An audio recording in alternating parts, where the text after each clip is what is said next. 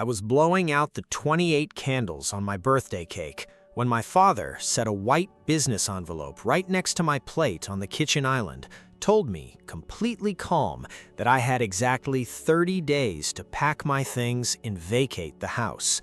My younger brother, Kyle, was sitting across from me, already smiling, and my mother wouldn't meet my eyes as she dished out the ice cream. My father announced that Kyle was moving back home to get on his feet, and since my room was the largest guest room, it was only fair that I make space for the golden child.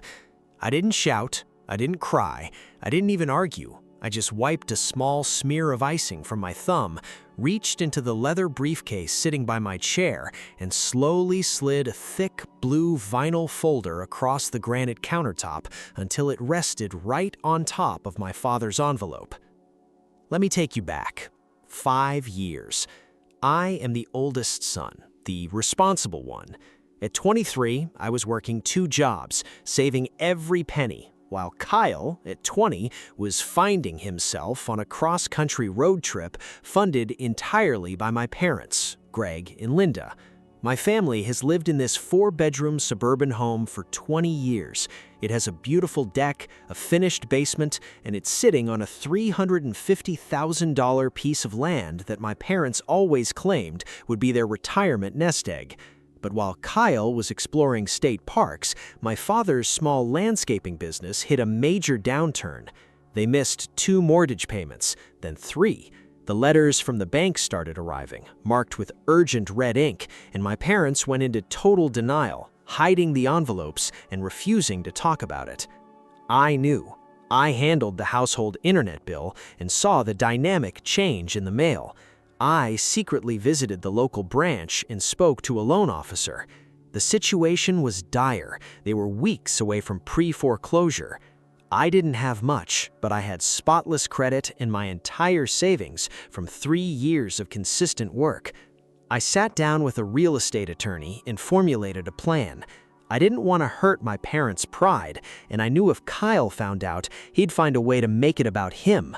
So I approached my father with an offer. I told him I wanted to invest my savings to help them consolidate debt and that I would essentially buy the house from them, assuming the remaining $210,000 on the mortgage, and let them live there completely free, with me paying the taxes and insurance, just so the bank wouldn't take the roof from over their heads. Greg was humiliated, but relieved. The paperwork was drawn up quickly and quietly in a small lawyer's office downtown. My parents signed the deed over to me, and the title was officially recorded in my name. The mortgage was dissolved, and I took out a new loan to settle the debt. They became legally my tenants, although we never used that word. My only condition was that I would keep the master bedroom I've been using since I finished college, and I would continue to pay every major household expense. They agreed, tears in their eyes, thanking me for saving the family home. For 5 years, I have paid the $1,800 monthly mortgage payment, the $4,200 annual property bill, the $1,500 insurance premium, and every utility bill.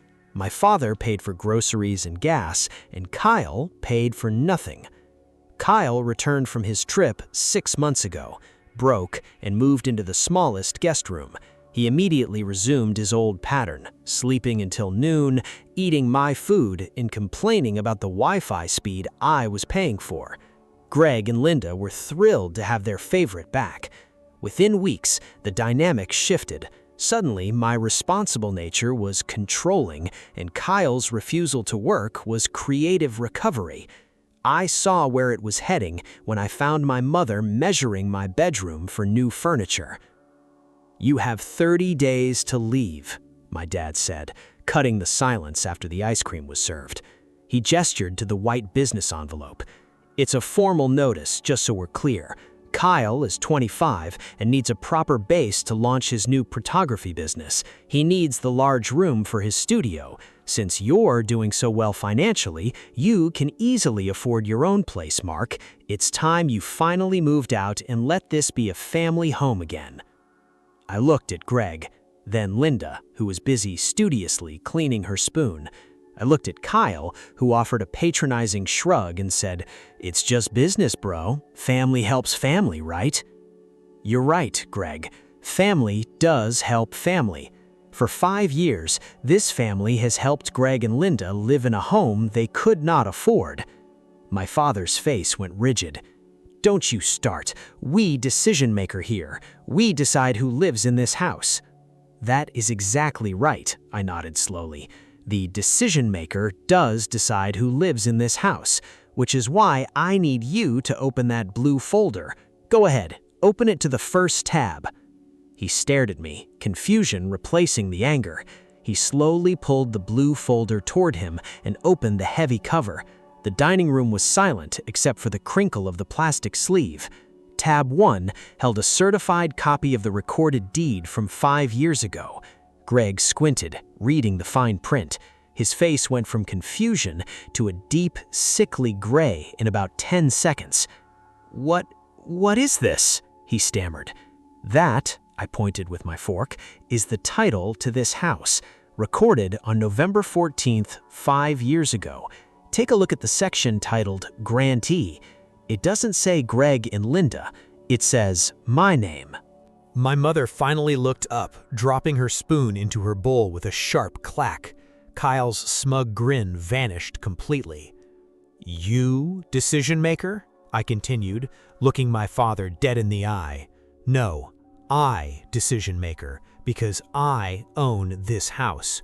I owned it when I paid off the foreclosure notice you hid in the bread box.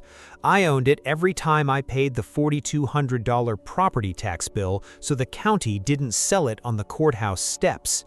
And I owned it while Kyle spent 2 years traveling the country on your dime, while I paid for the Wi-Fi he uses to search for creative inspiration." The reckoning was swift.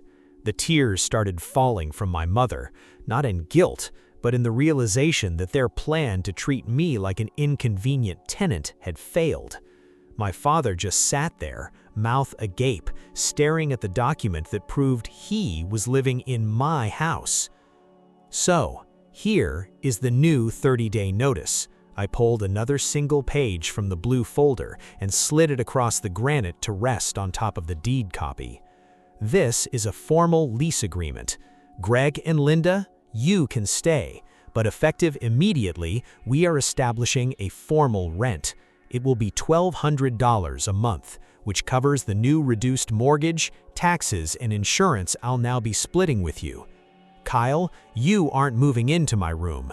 You have 30 days to find a full-time job and start paying me $400 in rent, or you can go find your creative inspiration in a homeless shelter. I don't care about your launches. I care about my investment. The family house dynamic is over. I am decision maker, and this is my home." Within 30 days, Kyle moved out into a tiny, overpriced studio apartment with a friend, complaining loudly on social media about family toxicity, while I paid for his first month's deposit just to get him out. Greg and Linda are still living in the house, but the house is quiet now. They pay their $1,200 monthly rent on the first of the month every month. They keep the common areas spotless, and my mother always decision makers what I want for birthday dinner now. Sometimes you don't need to shout to get your point across. You just need to have the title, the receipts, and the calm to wait for the perfect moment to slide the folder over.